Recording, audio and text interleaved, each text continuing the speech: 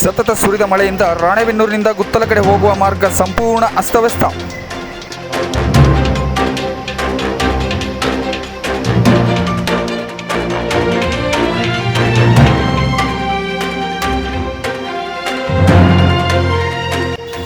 ಹೌದು ವೀಕ್ಷಕರೇ, ರಾಣೆಬೆನ್ನೂರು ದೇವರಗುಡ್ಡ ರಸ್ತೆಯಲ್ಲಿರುವ ರೈಲ್ವೆ ಕೆಳಸೇತುವೆಯ ಬಳಿ ನಿನ್ನೆ ರಾತ್ರಿ ರಾಣೆಬೆನ್ನೂರಿನಿಂದ ಕನವಳ್ಳಿಗೆ ಹೋಗುವ ವಸ್ತಿ ಬಸ್ನಲ್ಲಿ ಸುಮಾರು 70 ಜನ ಪ್ರಯಾಣಿಕರಿದ್ದು ಘಟನೆಯಿಂದ ಗಾಬರಿಗೊಂಡ ತಕ್ಷಣವೇ ಕಿಟಕಿಯ ಮೂಲಕ ಹೊರಬಂದಿದ್ದಾರೆ.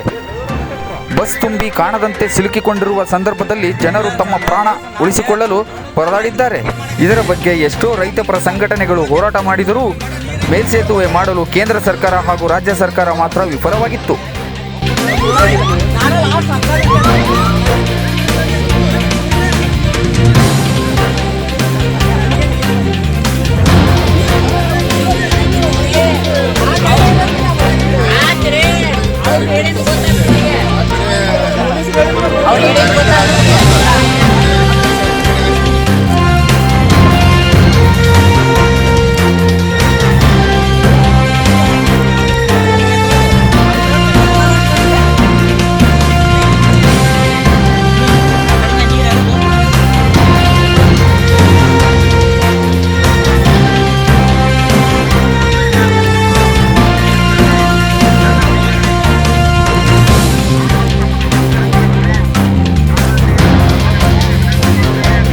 ಇನ್ನಾದರೂ ಸರ್ಕಾರ ಎಚ್ಚೆತ್ತುಕೊಂಡು ರೈಲಿನ ಮೇಲ್ಸೇತುವೆ ಮಾಡಿ ಜನರಿಗೆ ಆಗುವ ತೊಂದರೆ ಮತ್ತು ಸಮಸ್ಯೆಗಳನ್ನು ಕಣ್ಣಾರೆ ನೋಡಿಯಾದರೂ ಜನಪ್ರತಿನಿಧಿಗಳು ಮತ್ತು ಅಧಿಕಾರಿಗಳು ಎಚ್ಚೆತ್ತುಕೊಂಡು ಸಮಸ್ಯೆ ಬಗೆಹರಿಸುತ್ತಾರಾ?